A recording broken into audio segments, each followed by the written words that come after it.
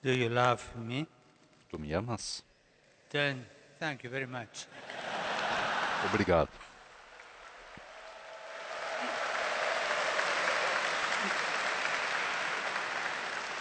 I read the word of Jesus. Said the Lord, do you love me? Then my sheep. Tu me amas? Apacenta os meus cordeiros. As palavras de Jesus a Pedro no Evangelho de hoje são as primeiras palavras que vos dirijo, amados irmãos, bispos e sacerdotes, religiosos e religiosas e jovens seminaristas. Essas palavras recordam-nos algo de essencial. Todo ministério pastoral nasce do amor.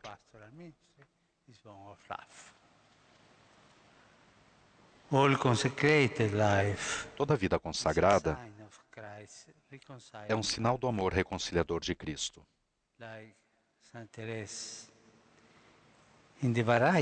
Na variedade de nossas vocações, cada um de nós é chamado de alguma forma, como Santa Teresa do Menino Jesus, a ser o amor no coração da Igreja. Com grande afeto vos saúdo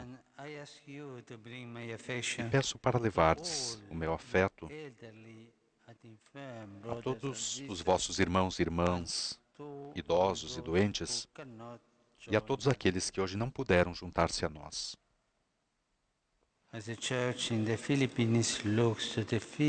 Com a igreja nas Filipinas que olha para o 5º centenário da sua evangelização,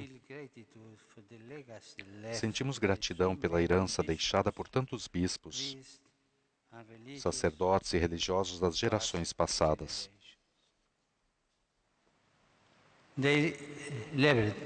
Eles esforçaram-se não somente para pregar o Evangelho e construir a igreja nessa nação, mas também para forjar uma sociedade inspirada pela mensagem evangélica da caridade, do perdão e da solidariedade ao serviço do bem comum. Hoje vós continuais a mesma obra de amor.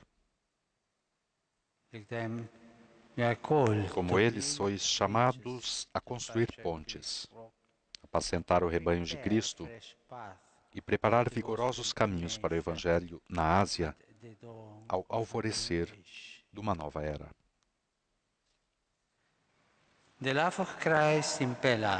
O amor de Cristo nos absorve completamente. Na primeira leitura de hoje, São Paulo nos diz que o amor a que somos chamados a anunciar é um amor reconciliador, que jorra do coração do Salvador crucificado. Somos chamados a ser embaixadores em nome de Cristo. O nosso é um ministério de reconciliação. Proclamamos a boa nova do amor, da misericórdia e da compaixão infinitos de Deus. Proclamamos a alegria do Evangelho, uma vez que o Evangelho é a promessa da graça de Deus, a única que pode trazer plenitude e cura ao nosso mundo arruinado. Ele pode inspirar a construção de uma ordem social verdadeiramente justa e redimida.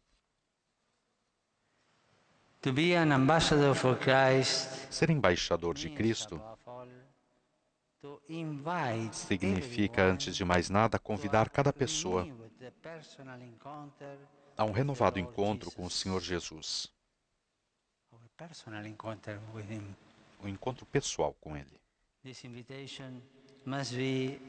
Este convite deve estar no centro da vossa comemoração da evangelização das Filipinas.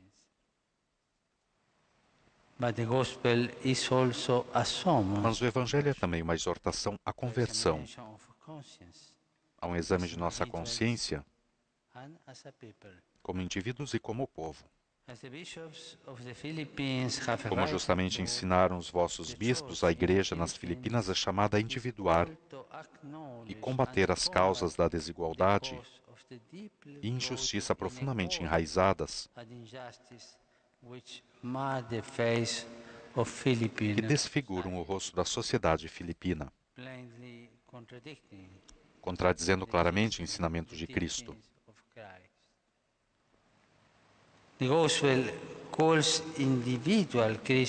O Evangelho chama os indivíduos cristãos a conduzirem vidas honestas, íntegras e solistas pelo bom comum, mas chama também as comunidades cristãs a criarem círculos de integridade, redes de solidariedade que possam impelir a abraçar e transformar a sociedade com seu testemunho profético. Os pobres. Os pobres estão no centro do Evangelho.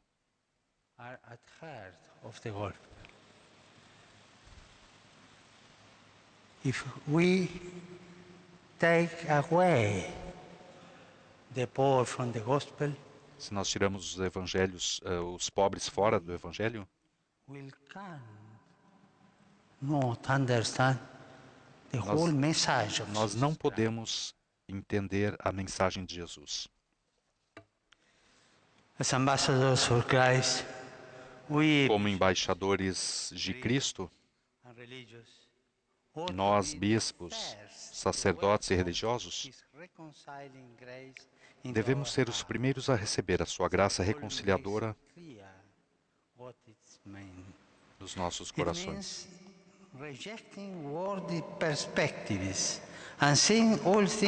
São Paulo deixa claro o que isso significa. Significa rejeitar perspectivas mundanas, olhando tudo de novo à luz de Cristo. Isso comporta que sejamos os primeiros a examinar a nossa consciência, reconhecer os nossos falimentos e quedas e invocar o caminho de uma contínua conversão. Uma conversão diária. Como poderemos proclamar aos outros a novidade e o poder libertador da cruz se nós mesmos não permitirmos que a palavra de Deus abale o comprazimento em nós próprios,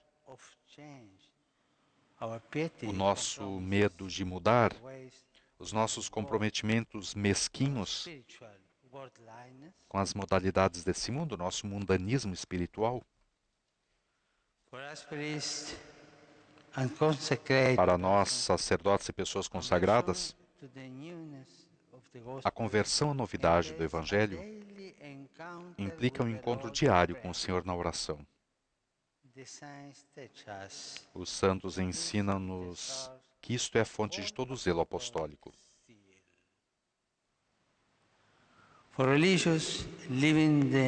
Para os religiosos, viver a novidade do Evangelho significa encontrar incessantemente na vida da comunidade e nos apóstolos da comunidade, nos apostolados da comunidade, o incentivo para uma união cada vez mais estreita com o Senhor na caridade perfeita. Para todos nós, isto significa viver de tal forma que experiemos a pobreza de Cristo, cuja vida estava inteiramente focalizada em fazer a vontade do Pai e servir os outros. Naturalmente, a grande ameaça a isto mesmo é cair num certo materialismo que pode insinuar-se dentro das nossas vidas e comprometer o testemunho que prestamos. Somente o tornar-nos pobres, expulsando nosso autocomprazimento, permitirá identificar-nos com os últimos dos nossos irmãos e irmãs.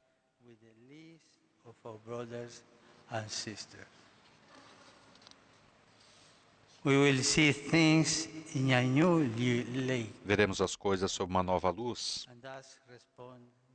e deste modo poderemos responder Com honestidade e integridade, o desafio de anunciar a radicalidade do Evangelho numa sociedade acostumada à exclusão, à polarização e a uma desigualdade escandalosa. Aqui desejo dirigir uma palavra especial aos jovens sacerdotes, religiosos e seminaristas presentes.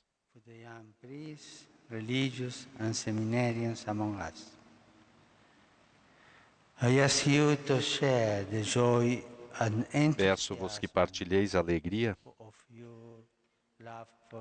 e o entusiasmo do vosso amor por Cristo e pela Igreja com todos,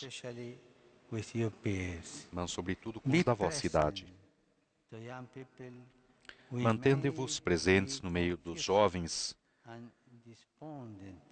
que possam sentir-se confusos e desanimados,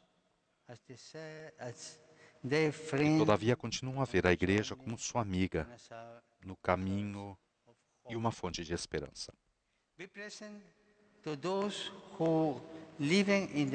Sede solidários com aqueles que, vivendo no meio de uma sociedade marcada pela pobreza e a corrupção, sentem-se com o espírito abatido,